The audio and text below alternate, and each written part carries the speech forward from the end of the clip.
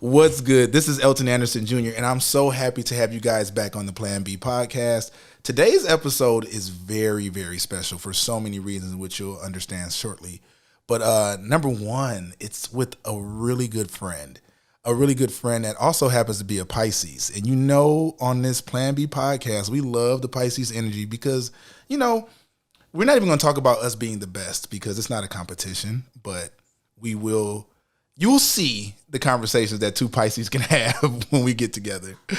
But without further ado, I want to let you guys meet my good friend, Justin Michael Williams, through our conversation. If you haven't already met him before, you'll learn to love him just as much as I do. So without further ado, Justin, what's up, brother? What's up? I'm out here in the woods, as you can see. Yes, And I'm super excited to be here. You've been living in the woods for what, 2-3 months? I've been in and out the woods, consistently. I've been about that life for a little bit now. I see that. You've been about so many things in life, man. And I want to give you guys a little bit more background on Justin. Justin is a dynamic leader in the meditation and just spiritual world. And how would you define yourself, or how would you define what you do? Because I know we don't talk about titles. Yes, you knew. I don't like to define as a noun because there's so many nouns that I use. I'm a writer and whatever, speaker, teacher, singer, whatever. But what I really like to do is through all mediums, break through the bullshit that people and the conditioning that people have in their lives so they can finally step into the life of their dreams. And we do that in a lot of different ways. For some people, it's music. For some people, it's art. For some people, it's writing. There's lots of gateways in, and that's one tip that I always tell people. Like, one of the biggest issues, especially for millennials, that we have is people like, what do you do? And every time you say, I'm a this or I'm a that, you already know you're cutting something out. So quit doing that, right? We define ourselves as a verb and not a noun. How did you step into the life of your dreams? Because do you feel like you're living your dream life now? Yeah. And it's, what's crazy is like the dream keeps evolving, right? So like there's this balance of like, whoa, I'm actually in the fucking dream right now. And now I got a new dream. You know what I mean? So like keep stepping into it. But for me, I'll tell people like I grew up in the hood, and most people think just based on the way I talk and whatever that I like grew up with some privilege, but like literally, Elton, I grew up in a house with gunshot holes on the outside of it.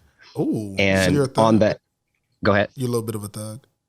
I was, I would like them. I'm just kidding. But it was me. It was this life. I used to get bullied and stuff, so I was a little afraid. And, but like I was on the street that like the police didn't even want to drive down in our city. Like that's the street that I grew up on. And, when you grow up with any kind of trauma at all, you have conditioning. Like you have to create some adaptation to that. And so my adaptation is one that I think a lot of people will relate to. It was what I call becoming a chronic overachiever. Yes. Anybody? Yes. Hands up. Mm-hmm. Hello. So it's like chronic overachiever, which says, if I just do enough, accomplish enough, achieve enough, then I'll finally be enough. So we get in this rut of just achieving, doing, accomplishing, achieving, and doing, accomplishing. So I achieved all the things, literally. Like I was that kid. I was drumline captain, class president, valedictorian, full ride academic scholarship to go to UCLA. Wow. Started a marketing company at 20 years old, was making 6 figures, driving a BMW, living in Venice Beach at 21, like 5 employees, an office in Santa Monica. Mm-hmm. Like I was like living the dream, right? Living the dream. Mm-hmm. Mm-hmm. And then this moment, and I know you know about this, Elton. You already know. When we're living someone else's dream, or the dream that we thought we were supposed to live. And this moment happened when in my early 20s, and my grandmother, who I was super, super close to, and the doctors told her she only had a couple months to live. And when this happened, it was a huge fucking shock to our whole family. She was 67, which I consider young. That's young. Yeah. My dad is 74. See, like, it makes me mad, and like seemingly healthy and active and the center glue of the family.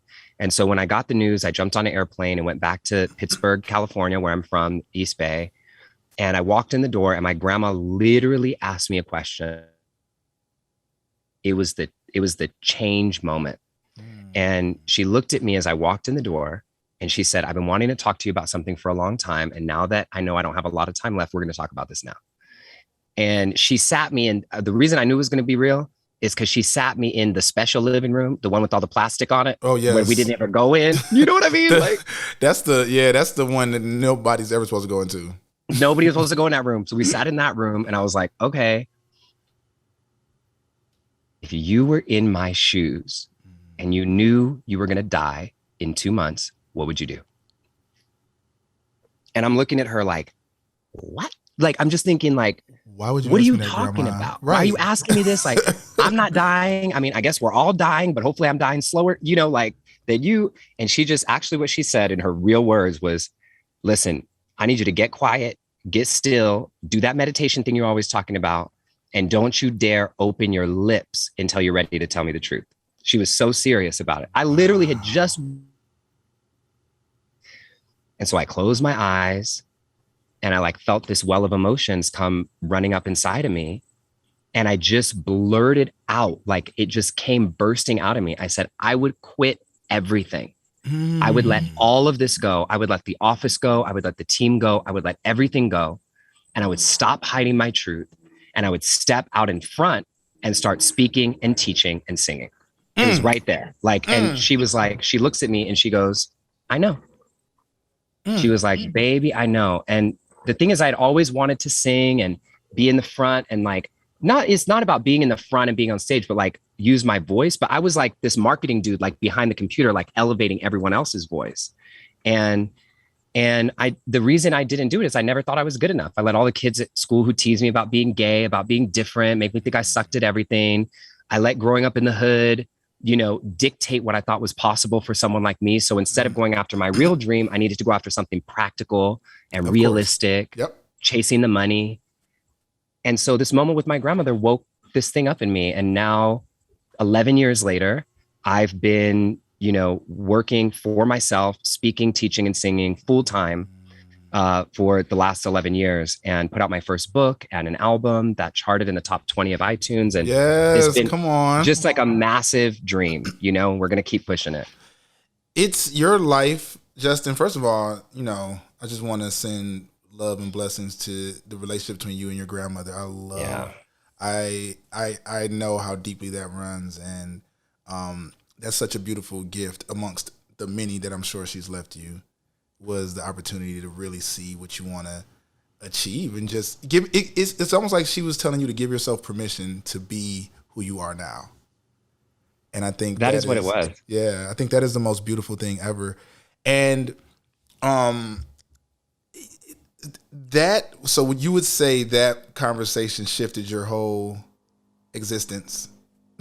Everything, bro. Like that's one of those moments where like life before that moment and life after that moment were never the same. And it was because of this quote. Like I had read this quote before, but I never felt it until my grandma, which in my family, we call her Baka. But in my family, like in my life, I had never really, you know, when I hear something and you hear it, but then later you hear it again and it hits you. Indeed. So I'm going to warn y'all, if you haven't heard this quote before, clutch your pearls and your crystals, because this is a big one.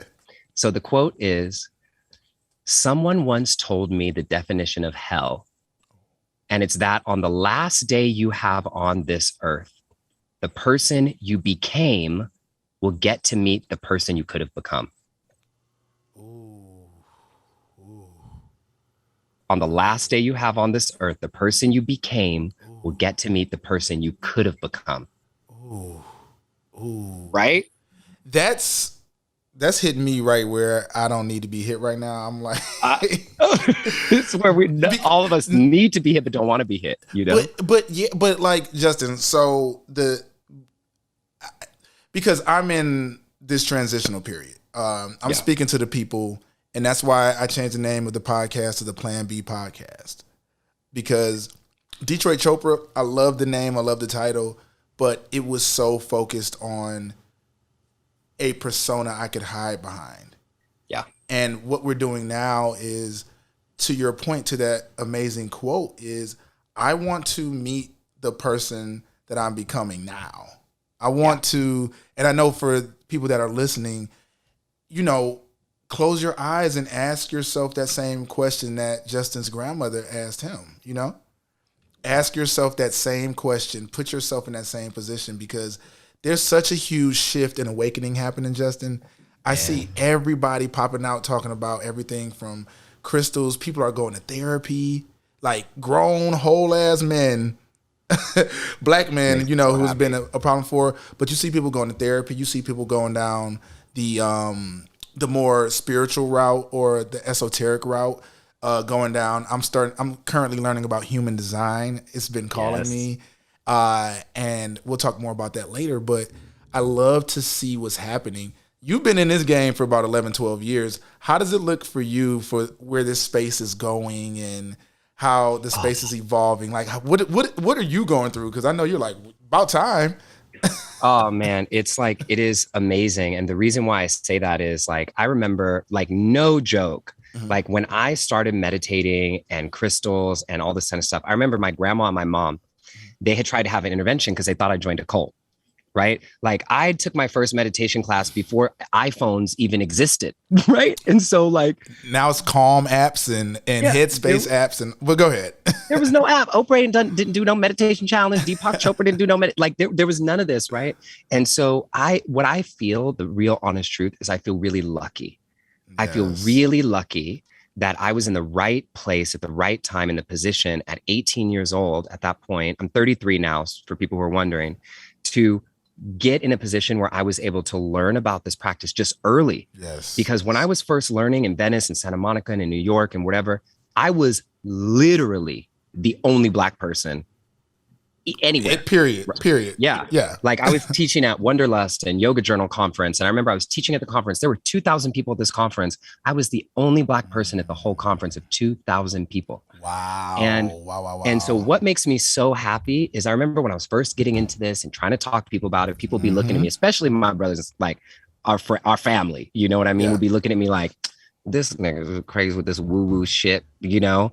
And now all people are waking up and it's happening. People are now. Did you feel now? Okay, so if you thought people thought you were crazy, did you feel crazy? No, and let me tell you why. Okay, and this is what I think feel people crazy. are realizing. I don't feel crazy. Like I feel powerful, and the reason why is because of this. Right? All of these practices. This is what I need people to know, and this is a fact. Yes. All of these practices, from crystals to tarot cards to astrology to all this stuff to the things that even create human design, all of them come from indigenous people and people of color all over this planet. Yes. And what has happened over the course of history is these practices have gotten demonized, colonized, corporatized, and then sold back to us in a way that we feel like, ooh, that shit ain't for us. But this is us. This is what we've had for history. And so when we come back, people recognize instantly that they're coming back to their ancestry and their greatest form of power. So I don't feel crazy. I would feel weird sometimes, but more than anything, I feel powerful. That is beautiful because I think I was somebody who was so knee deep into, you can call it the 3D world. You can call it, capitalism or whatever. I was so knee deep into it that everything outside of it looked insane to me. And so even when we first met, funny story, when me and Justin first met, I think 2018? 2018. Yeah, 2018. Yeah. I didn't know how to take it because I had no connection to my spiritual self, at least not consciously. I was always manifesting, if that's what you want to call it. I was always kind of in the zone of law of attraction. But I remember I was supposed to do a project with Justin, a podcast, funny enough, or an interview rather, funny enough. And I was resistant, and I think I told you this a little bit, but I was just resistant to anything that was, this is me being honest. Yeah. That reflected the best part of me. Yeah. That's what I was going to say. Because I was like, you're beating around the bush. You totally sabotaged it and canceled because you were not ready to have that reflected back at you. I couldn't because you saw some light in me. You saw some things in the positive things I was doing. And a lot of times I go beyond imposter syndrome. I was going to actually self-sabotage. And you weren't the only one, Justin. I did that throughout my whole life. And now it's for me, it's been 2 years of unlearning those things, those negative self-sabotaging, those doubts, those limitations.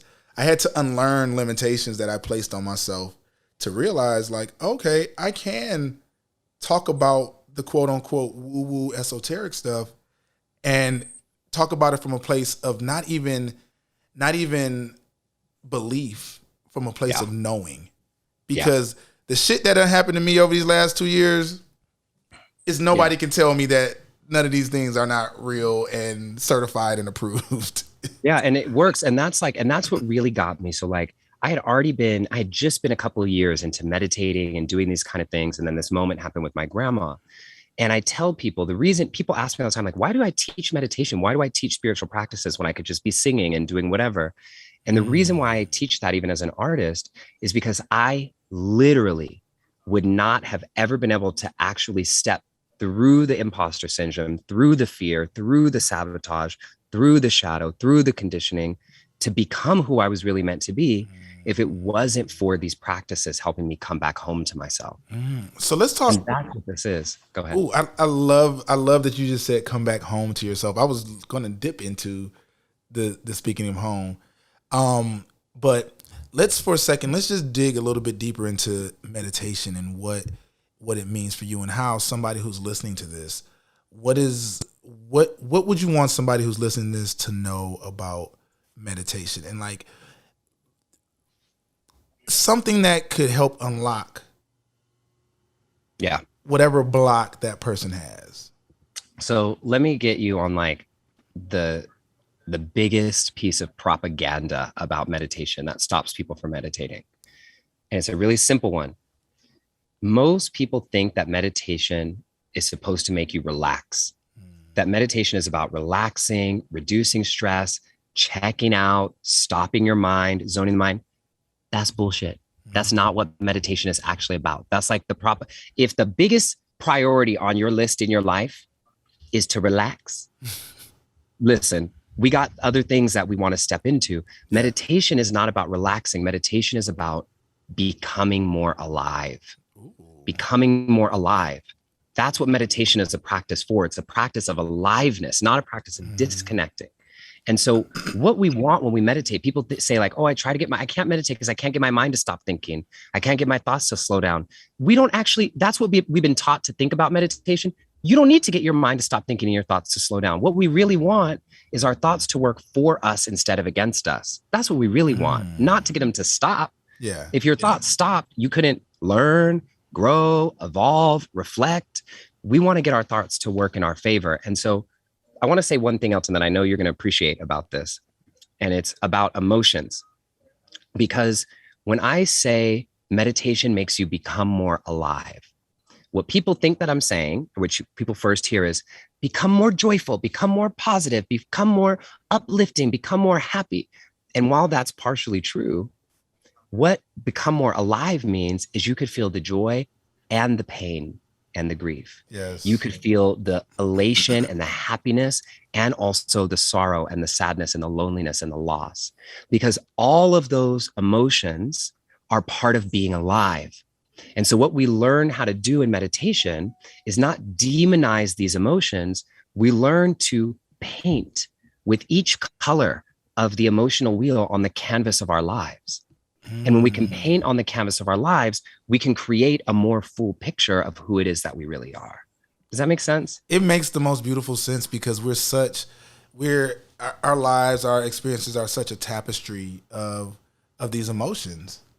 Because if that's why we came, in my mind, that's why we came to experience this human life, because we have an infinity, we have an eternity to be spiritual beings that we are. Yeah. We come down here to experience the emotions. We want to take those broad strokes through life. But speaking and you know what? It's so funny that you brought up emotions, because Justin, I think you are the most emotionally intelligent human being I've ever met in my life. And I met a lot of work. I met a lot of people, but you just have this sense of you just create space for everybody that I've seen. And when you came and visited me in Bali, we're going to talk about that too. But yeah, Justin came through and visited me in Bali, and we barely knew each other at that time. We had a communication and we followed each other on social media, but we didn't have a friendship. Yeah. And it wasn't until Bali happened. You were out there a month. Yeah. And it turned into like a brotherhood. It turned into a kinship. It just turned into like a connection that I absolutely love. And I want to talk about this emotional intelligence because a lot of people myself included, may need some more understanding of what emotional intelligence is because, we go to school to learn accounting or algebra or English, but where can I learn how to handle and deal with my emotions? Yeah. So this is a big one. And I'm going to start by saying this quote that I'm working on in my next book. And it's very simple. It's this. It's what you don't feel, you can't heal. And what doesn't heal repeats. So that what you don't feel, you can't heal. And what doesn't heal repeats. And this is individual in your own life, in your relationships, in your family, with your kids, whatever, to collective down generations, right? Yeah. And so we have to learn, one of the first big steps in learning how to really claim and honor our emotions has to do with us having the language to actually describe how we feel. Language is super important. And this is not going to be like sciencey and crazy. Like if you're listening to this or watching this, you can look up on your phone right now something called the feelings wheel. Just type it in on Google. Type feelings wheel up on Google. You're going to see this big kind of rainbow color wheel pop up. And this wheel has 6 primary emotions in the center: sad, mad, joyful, powerful, all these different things. And then all these other emotions on the outside. And the reason why I'm telling you this, to look this up, is it's an incredible tool. And it was the first thing that I used to get in touch with my emotions. Okay. Now, let me give you a little story really quick. That's kind of funny. So I went to couples therapy for the first time when I was 22 with my ex. It was my first time going to couples therapy. Ooh. I've been in personal therapy. I was 22. We had been having some issue and we went to a couples therapy thing. He was a little older than me, not that much older. I mean, he was like 27, I was 22. And we go to therapy and this therapist says to me, and I was hot, right? Like I was like mad. Like we were like in one of those moments where I couldn't talk. And she said, Justin, I need to know how you feel. And I said, well, I feel like every single time I have something to say, he thinks he knows everything. Mm-hmm. And she looks at me and she goes, okay, but how do you feel? She goes, okay, but how do you feel? And I said, well, I'm thinking, did she not hear me? I said, I feel like every time I talk, he always da da da da da da, And she looks at me and she did that thing that therapists do when they're trying to be blunt with you, but they're trying to be nice and kind at the same time. And she gives me those eyes and she pauses and she said, Justin, I still don't know how you feel. And I said, well, now I just feel like you're taking sides, And I was like so irritated. And that was when I learned my biggest lesson on feelings, because I think what I said to her is I said, now I'm mad. And she said, bingo, now we have a feeling. And this is the biggest mistake people make, okay? Anytime you start your sentence with, I feel like, yep. If the word like comes after feel, you're going down the wrong road, okay? Mm-hmm. That's the cue. That's the red flag that says, stop, don't go this way. because what happens— What is happening there? What's happening when you put that word like in there? So what happens is, what most people do when they're trying to say how they feel is instead of saying how they feel, they talk about a narrative or a story. Ooh. And we know what stories do. Stories just get us caught up in a whole bunch of bullshit, right? So we go to the story because we're trying to avoid what we really feel. So like, I feel like he always does this. I feel like they should have said this. I feel— it's all judgments, value, projections, stories. You're never going to get to the bottom of anything with a fucking story. You got to go to what's underneath it. And so we avoid feeling what we really feel by projecting the story out. So if you go underneath the story and you really go to an emotion and you look at the feelings wheel that I told you, you could be like, I feel angry. I feel scared. I feel, which is what I was really feeling with my partner, but I didn't want to name it. Like I was feeling scared that we were going to lose our relationship. I was feeling unworthy because I wasn't being listened to. When you go to that, now we have something that we can work with because there's vulnerability there. But that's so important you said that, because it takes so much knowledge and awareness to even have the language, like you said, to say that, because we are used to projecting and telling these stories. How did you go on the journey to get out of that story and get out of these stories? Yeah, I'll tell you. So I'll be totally honest with you, Elton. I don't buy into this story with anybody that doing this work or transforming is hard. Transformation is not hard. It's actually very simple. We make it complicated so that we don't have to do the transforming. Yeah. We make it really complicated. You gotta read another book, do another this, do another that, listen to another this, instead of just doing the transforming. And so what I tell people with this emotions is it's actually the simplest thing. I had the feelings wheel literally when I was 21 on my phone. I'm looking at it now. Feelings wheel on my phone. And anytime I was feeling triggered, I would literally, before I opened my mouth to say anything, I would go to the wheel, open it up in my images on my phone, and go to the wheel and ask myself, can I name what I'm feeling? And if you can look, and you normally can, if you look at the wheel, you can even do it right now for people who are listening. What are you feeling right now? Yes. Right? What are you feeling, Elton? It's hopefully a positive thing. Oh, what you got? So I'm happy. So I'm starting do I start in the middle or do I start on the outside of the Anywhere. wheel? Okay. Anywhere. So right now I'm completely happy. Yeah. And then if I go to the second level, I would say that I feel trusting, optimistic, and interested. I'm hanging on every word that you're saying. And then if we go super outside, and of course they're doing lawnmower service right outside of my window. Can you hear that? I know, this is not the way. And I'm the one in the woods, okay? Can you hear it? Can you hear it? Just a little bit. It is like they're at my window doing it. It's not as loud as you might think. And then the number one word that's on the outside of the wheel that I feel, and I've been feeling a long time, is free. I feel so much freedom in this journey of peeling back the layers, peeling back all these things are. I just feel like raw. You know, like the piece of, before you cook that little piece of chicken breast, it's just raw on the table. You got, I didn't add any seasonings. I didn't marinate it. I just feel like a raw piece of chicken breast. You can make me whatever you want. And hello, that's the stage. That's the stage I feel like I'm in right now. But it's all all uncovered. It's all surrounded by happiness. That's amazing. A blank canvas. And so, but did you see how powerful it was to just be able to go to that language? Interested, you know, engaged, like all the happy, those words that you said. And so what most of us do when we're in a weird day, right?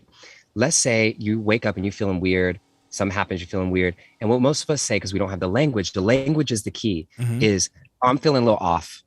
I'm just tired. And so we think that we're just tired because we don't have the words to describe what we're feeling. And so then what do we do to try to fix ourselves? Well, you go take a nap because what you think you are is tired. Yep. But then if you look at the wheel, you will see, oh, I'm actually not tired. I'm lonely. Ooh. I'm apathetic. I'm this. So now, because you have the language, you can access the healing for what's actually happening versus just trying to go to sleep. Yeah. Right? And so you can't take the right action until you know what it is, until you have the awareness around what it is you're actually feeling. So that's what you don't feel, you can't heal. And what doesn't heal, repeat. So if you can't name what you're feeling, then you don't even know what's happening inside. So you're able to put this level of emotional intelligence into everything that you do, into your books, into your music, into your meditation, and upcoming into a retreat. Are we going to tell them about it now? This is like a mid-commercial break. We're about 30 minutes in, so we're going to give them a little commercial break. But I'm super excited because Justin, who is the king of leading people through their transformation journeys, you know, I'm really going to give you that flower, Justin. You help so many people transform. Even in your short time in Bali, the people that I introduced you to are like I Oh my need God, I love Justin your friends. in my life, I and love them. they love you back. And I just want to give a quick little mid episode shout out to what kind of things people can be expecting at the retreat, because me and Justin are officially starting the JustBE retreat. If you don't In Bali. in Bali, that's where it is. And this is Justin's 100th retreat, and this is my It's been a first. lot. So what type of intention or transformation are you looking to put into the retreat? Well, here's the deal. Okay. So I want to tell people just very clearly, we're so excited because this is one of the first places that we're announcing it. Elton and I are hosting a retreat in Bali from March 13th to 20th, 2022. And we intentionally are at like one of the freaking, if you saw our Instagram post, like one of the most amazing, beautiful spots in Bali. And if you're already excited, we'll tell you how to look at the info about that in a moment. But I think what I'm really excited about, Elton, is like, first of all, I would not have come to Bali when I came if it wasn't for you. And coming, and you were like my Bali like guide, like you walked me through that whole place and introduced me to people, how many things, and I left there completely changed. So I know that you are giving me my flowers as a transformational person, but I just hope you can feel that I'm reflecting that back to you, because I left Bali changed because of you, and so that's why I feel really excited for us to join together and give people this experience on this 7 days. And so ultimately people can look on the website about all the things, but I just want to tell people this. We're calling this retreat the JustBE retreat, which is real cute. It's cute because you could tell them, Elton, about the wordplay. Tell them the wordplay on JustBE. Because if you look at it, this is Plan B podcast. The B stands also for by Elton.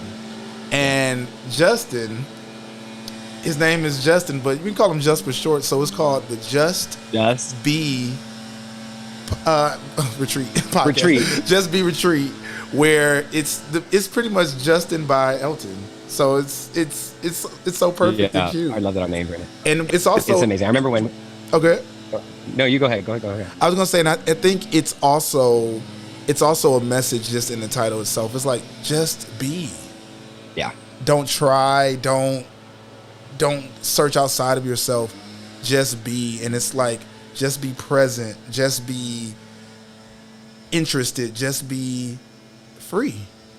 Just be you and just be free. And so that's where the nameplay is really fun, but also Bali's going to be magical, obviously.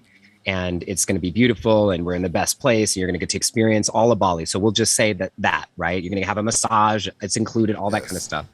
The best part of what's going to happen for the transformation, though, for the people who are coming, is we're using this JustBE to help you come home to who it is you really are. Yes. To find the unique essence of who it is you really are.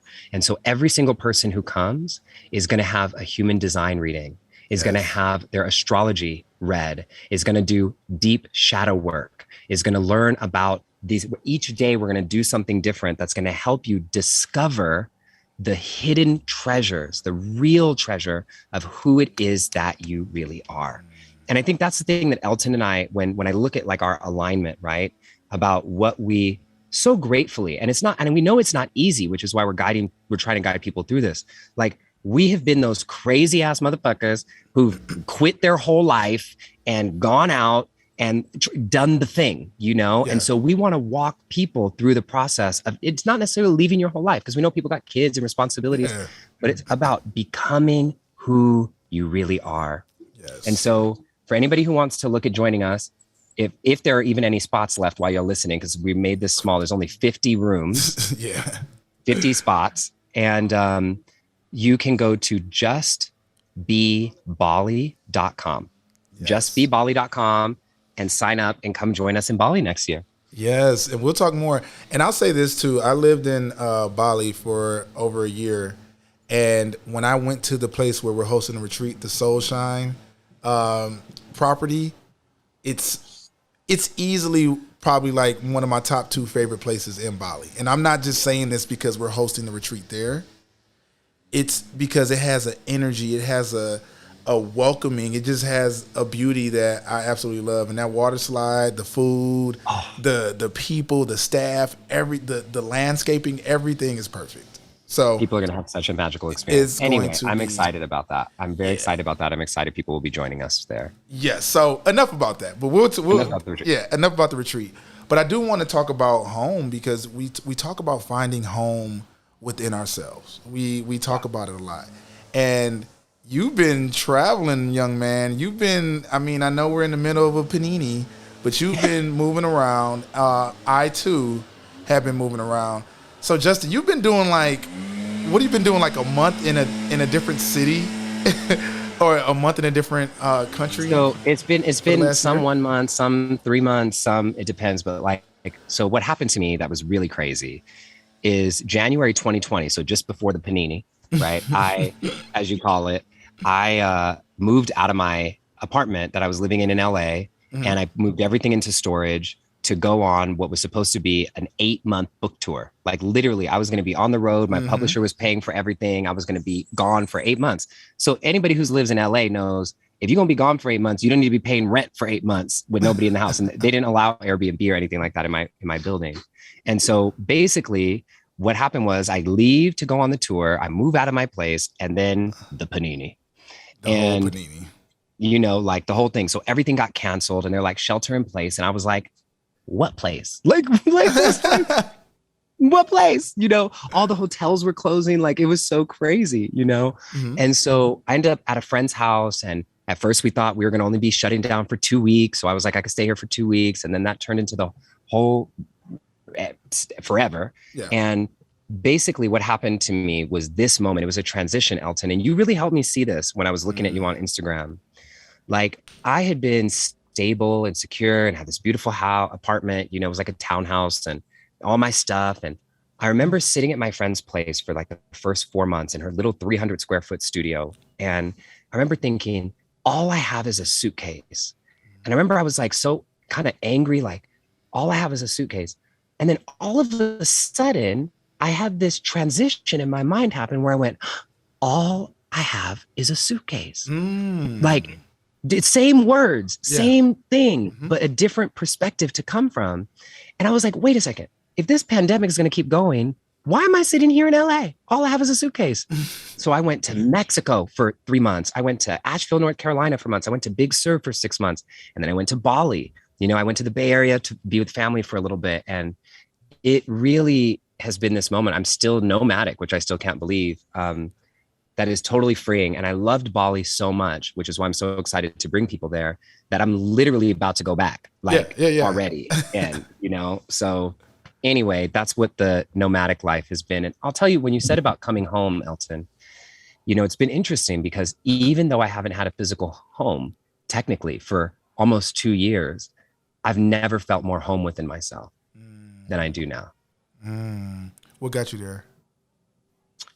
It was because when we have all the physical, tangible things, we rely sometimes on those external things to give us that feeling of who we are. And when all that shit was gone, I had to really ground in to a whole different level of what it meant to be home in myself. When I was traveling and in different places and in my friend's studio and all over, it became this thing of like, what practices and what things that I have to do to really be home in myself. And it was hard at first. Like I was like everybody, I was feeling stressed and depressed. My whole shit got canceled. My whole tour got canceled. And then I realized none of those things define me. None of those things, the tour, the book, the home, the things, it really is truly coming home to myself. So right now I'm like, as long as I got my laptop and Wi-Fi somewhere, I'm good. And sometimes I don't even need that, You know what? I'm trying to, as I'm going on my journey into this space. What do we call this space? What self-help? I don't know. What do you call the space you're in terms of helping? People call it different things. I like to call it a transformational space. Some people call it, a human potential space, expanding our human potential and what it means to really be alive. So there's so many words, but I like transformation more than self-help. Yeah. I like, and that's what I'm going through. So for me, it's funny because I moved back to the States. I've been back in the States for about 45 days now. Wow. And it takes me some time to get acclimated. But the issue that I'm having, and I want to be as open and vulnerable on this podcast as possible, is that I just started to understand being at home within myself. Like, I'm talking about a week ago. Mm-hmm. And in this space, with the content that we create, with the lessons that we teach, with whether it's a song, podcast, book, even a tweet, with all those things, it's like you're letting people into the home you created for yourself. I'm letting people see this plain, unseasoned piece of chicken breast that I currently am. And, I'm kind of saying, hey, I'm having an open house to my vulnerabilities, to my doubts, to all these things. You said the key word right there, vulnerability. Mm-hmm.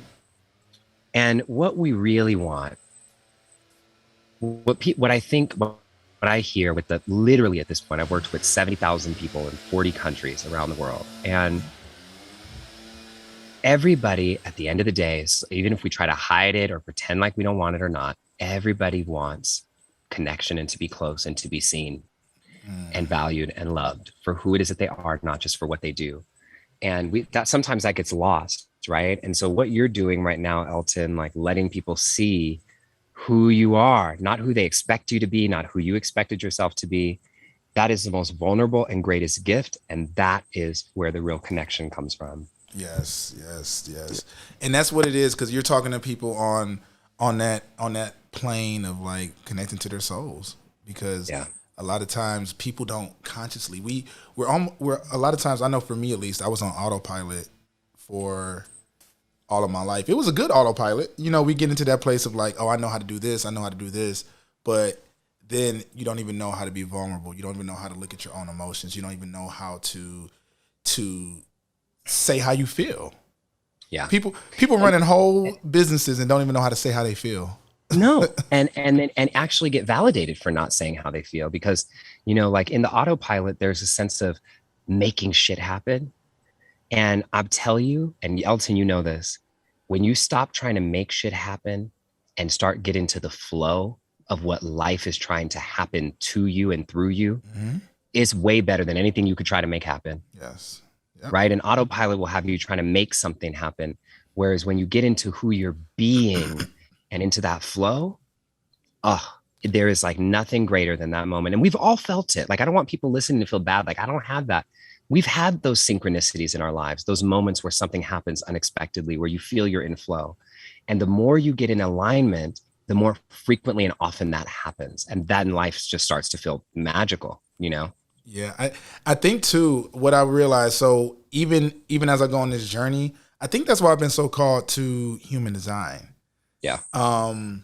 Because one of our guests that you introduced me to, Jazz the Moon Mother, that conversation changed my life, because it wasn't about me looking outside of myself anymore.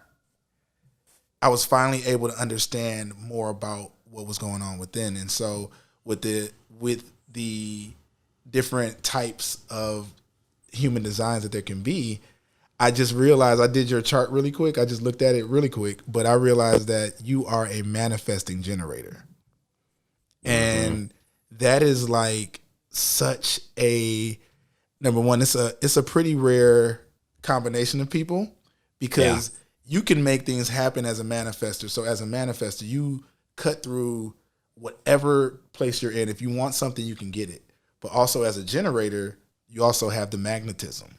So you're the perfect you're the perfect type to do whatever you want. Like, manifesting generators can do whatever they want in life. Like, you can have and do whatever you want. For somebody like myself who's a generator, I have to respond. So I have to look at the things that are happening around me, and I have to listen to my gut. I have to go to the sacral center. I have to listen to my intuition and just say, okay, this is what I'm supposed to do.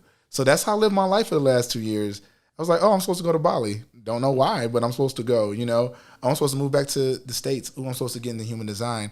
Oh, I'm supposed to have this conversation with Justin. Down to everything. So it's just interesting, that there's not a one size fits all way for people to live their lives. And that's why it's about, we're not trying to give people, this is the step by step of how you're going to do it. That we're trying to get people to come home to who they really are. And when you come home to who it is that you really are, then you fall into your natural way of doing. And that's why I think it's so important, Elton. Like, I watched you in Bali, the way you roll, right? Yeah. That's not the way I roll, right? Yeah. Mm-hmm. But it was both of the way that both of us roll is magical and is exactly what works for us. You know, I do roll some of the ways you roll, but like, you know what I mean? Like, of course, all I'm saying is like, I could try to look at you and be like, oh, Elton, he just had this hunch to just move. Like, I wish I could just move. Like, no, it's not about the comparison game. It's about knowing who you are. And that's why I know, Elton, when you start reading people's human design, which I know you're going to end up doing some at this retreat, listen, people are not ready, because the human design really gives you a strong sense of who you are and a way to understand yourself more fully. Yeah, no, I think I'm super excited to delve more into it, because it's something that I think, because I want to add it to my not resume, but to my toolkit. Your toolkit. It's Elton, a tool. I cannot get off this podcast, and it's just wanting to fly to my mouth without talking, because we talk about emotions, we talk about stuff, but I can't get off of here without talking about conditioning. I can't. Oh yes, let's talk about conditioning, because we're gonna get to this, because you're gonna break down some conditioning to me. What does that mean? What is conditioning? Okay, so here's the big mistake people make, and this is really, really important. Okay, like if y'all have listened to anything that I've said so far, like please listen to this, because part of the work that we have to do to change and transform our life, part of it is what I call light work, right? Light work, which is the thinking positive, the listening to the podcast, the staying motivated, all that kind of stuff. And that's super important, right? But that's only half the equation. The other half of the work is what's called shadow work. And I know people have been hearing about shadow work online, and I'll talk about it in a minute, but if you're doing the light work without the shadow work, if you're meditating and doing all this stuff without looking at the shadow, it's literally like watering a garden full of weeds and expecting roses to bloom. Or like driving with your foot fully on the gas and fully on a brake with the emergency brake on at the same time. And then wondering like, why am I working so hard and trying so hard? And I'm doing all these things, but like nothing's happening, you know, nothing's working. And so the reason why I talk about conditioning is, if we don't know the conditioning, we cannot actually ever, I really believe this, ever step into the fullest version of who we really are. And I mean that fully. You can't do it. And so let me explain what I mean by conditioning, okay? When I say shadow, what most people think I'm talking about is trauma and hard stuff, big bad things that happen in your life. And while trauma and stuff can be in the shadow, it's not the same thing. And the reason I say that is people do come to me and they say, Elton, we had this conversation. Say, I didn't have any big, huge trauma. Yeah. Like people come to me and say that all the time when I travel. I didn't have a big trauma. My parents are cool. They argued some, but nothing earth shattering. I've been supported. I'm loved. I've always had money. I've had food. I've had a roof over my head. Like, I've been good. And if trauma and shadow were the same thing, then that would mean that the people who had the least trauma would be the most awakened. Yeah. And that's not true. Yeah. Right. And so what is shadow? Shadow is not just trauma. It's anything that happens in our life that creates conditioning. And the conditioning is actually what impacts who we become. So let me give you an example to make this clear, so people understanding what conditioning is. I'll use a totally non-traumatic example. So let's say you grew up in a house with some siblings and you were the oldest sibling. And you're the oldest child, and you're the golden child, and you're the one who gets all the attention, and you're the one who is the one who's succeeding in all the accomplishments and this, that, and the other. And you notice that when you're succeeding and accomplishing, your younger siblings get a little bit jealous, right? And they be trying to like tease you or knock you down. It doesn't have to be a big deal, but it's like, so what happens is you learn conditioning that you're going to have to dim your light a little bit to not make people uncomfortable. Yeah. Yeah. It says, if I shine too bright, it's going to make people uncomfortable, right? So this now is a piece of your conditioning. Your conditioning says that. So then as an adult, you could be accomplishing things in your life, but you never can even celebrate yourself or feel the accomplishments that you've had, because your conditioning says that you're not allowed. All right, let me give you one more example to really give this to people, because the examples help people understand, because conditioning can be in any way in our life. I like that. I'll give you one about relationships. Okay. Here's another non-traumatic example. You grew up in a family, mom and dad were together, very loving, very kind, but they were kind of like roommates. They never really, you never saw them like be really intimate with each other. They were always nice, but your dad usually slept on the couch, or mom went to bed earlier than him, and you never really saw any deep intimacy and connection. Okay, nothing earth shattering. Yeah. So then you grow up and you get in a relationship, and in the beginning of the relationship, everything is beautiful and loving and whatever. And then at some moment, and it happens to everybody, at some moment in the relationship, whether it's 2 years, 3 years, 5 years, 10 years, there starts to be a little distance in the relationship. And your true self, what you really want is, you feel sad and you feel like, no, I don't want to separate. I want us to be closer. I want us to go deeper. But your conditioning says, oh, well, that's just normal. It's just the way things are. That's just the way things are. So instead of going to therapy with the partner, instead of diving deeper, or maybe instead of, if it keeps going on, leaving the relationship, you're conditioning and you're staying in something that you don't want to be in. And this is the ultimate thing of why I say why conditioning is harmful. Okay. All conditioning isn't bad. Some conditioning is good, but it's when your conditioning is doing the choice making for you in your life that it causes harm. When what you want and what you're choosing to do are out of alignment, that's where tension is created. All tension is created when what you want and what you do are out of alignment. That's what creates tension. And so when our conditioning is choosing our relationship, choosing our job because of safety, choosing who our friends are, choosing where we live, but what we want is something else, we feel this tension in our lives. And it's by finding out what the conditioning is that we're able to unlock and not end up in the same problems and same shit over and over and over and over again. Ooh. Does that make sense? That made all the sense. I love the examples. I'm quiet because I'm like, damn. I'm like, shit. I'm thinking about all my conditioning, because it sounds to me like conditioning is it's like the cousin of programming. It is. It's exactly that. Yeah. It sounds like we've been programmed, and it's time to break those programs.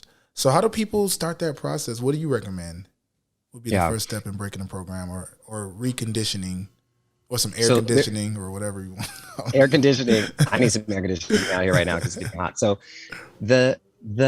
I'll give people two things, and we'll dive deep into this at the retreat, and people can look up more of my work, because this is like, we could go into this for a whole nother hour. So I'll give you two pieces. One is, anytime you realize in your life that you end up having a cycle that keeps repeating itself in some way, you know that your conditioning has taken hold of you. So I'll give you an example. Okay. How many of us have been I like to give these examples to make it real practical, because we go to the philosophical shit. We got to break it down into our lives. Right.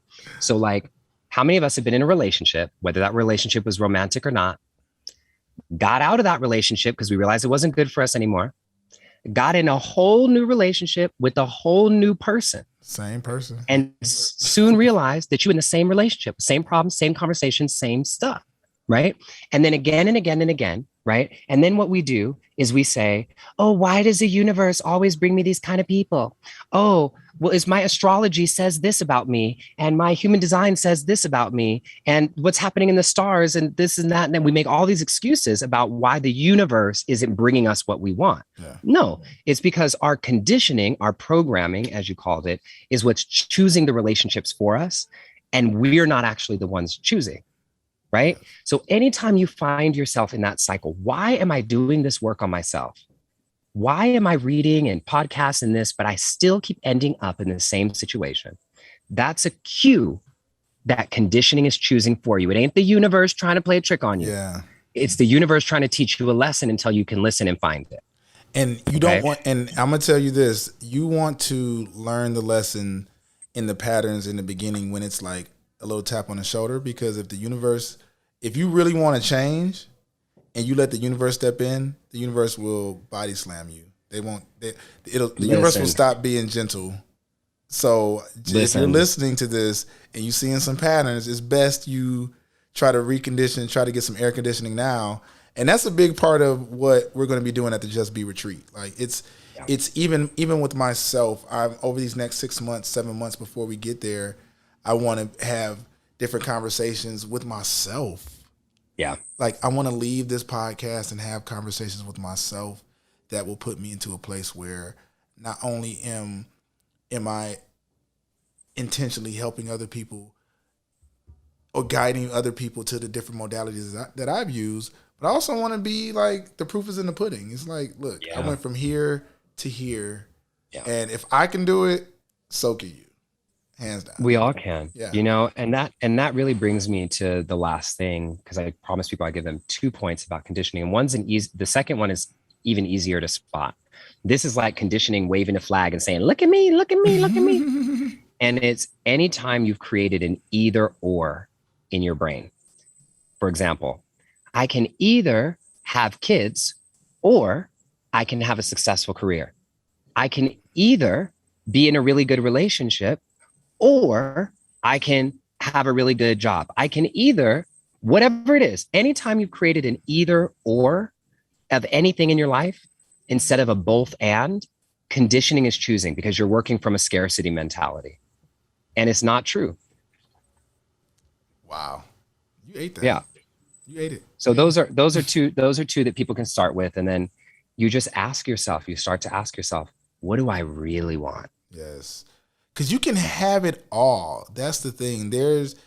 When you're on the journey to becoming who you fully are, you can have it all. And so that's why with me, I'm taking everything away. That's why I'm getting back to emptying out my cup. I just did a skateboard sermon the other day and talked about emptying out my cup. I loved your skateboard sermon. It was so good. But yeah, just talking about that, just emptying out my cup to be able to allow more things in. So that's what we're going to be on in Bali next year in March during the retreat. But that's also what we're going to be on as we find the home within ourselves, and we want to inspire everybody who's listening to do the same, for sure. Yeah. Thank you so much for having me, Elton. Justin. It's been a dream. You know why I'm excited too, because I'd be actually listening to your podcast. And so like that episode you did with Jazz, and Jazz is probably going to be at the retreat with us. We haven't fully confirmed it yet, but we've talked to her. She's going to be there. The episode you did with Jazz, the Moon Mother, man, people need to listen to that. Yes. Because your podcast is so good. No, and even with me having me on Kingdom, like Kingdom is amazing. Like what you're doing with the Kingdom, it's phenomenal. I love that we did our episode in a pool. So I want to create. I wish we could have been in the same room, but this is still the same energy and vibes. I think on a million, just talking to you. Period. So with that, we're not going to keep you too long, because I know you got to get back to nature in the forest, and I know you got to go pick up some pine cones or something. But shut up. Get out of here. But before I go, I want to just ask one of the little questions that I like to ask and get a better sense of people. Justin, if you were to have a dinner, you could have anybody on earth that has existed or is existing now, so dead or alive, who would those 3 people be? Oh, this is easy. First, I would have my baka, my grandma. I knew that was coming. I love that. I love that. Second, I would have Oprah. Of course. Because she's my guiding light. And the third person, honestly, is my grandpa on my mom's side. He passed away when I was really young, and he was super strong force for me. So for me, if I could have dinner with them and Oprah all together, we'd be game on. That'd be good. You'd be eating and talking and kikiing. Yeah. I love that, Justin. Well, Justin, thank you so much. And before we go, where can people find you? Yeah, I'm the easiest person to find. If you literally just search Justin Michael Williams anywhere, you'll find me on Spotify, Apple Music. If you want to listen to some of the tunes that came out, I just put out a song called Believe that honors all the lives that have been lost, for people who've passed on that we wish were here with us, to help us know that they're always guiding us, in the dark, and even though we can't see them. And If you listen to podcasts, like you're listening to this one, you can go to the Kingdom Podcast by Justin Michael Williams, and that's my podcast that people can listen to. And there's my book and lots of other stuff. So if you just go to Justin Michael Williams, Google search or .com, you'll find everything that you need. And you got to go to justbebali.com so you can come hang out with me and Elton in Bali in March. I love that. I cannot wait. I better see you before then. I better see you in person before. We're going to make it happen. We're going to make it happen. I'm just putting that out in the universe right now. Well, Justin, thank you so much, brother. We will talk very soon. And everybody, love you so much. And everybody, thank you so much for listening to the Plan B podcast. And hopefully you can get a spot at this retreat, because it's going to be conversations like this on a million. All right, guys. Well, I'll catch you guys in the next episode. And once again, thank you so much for listening. Peace.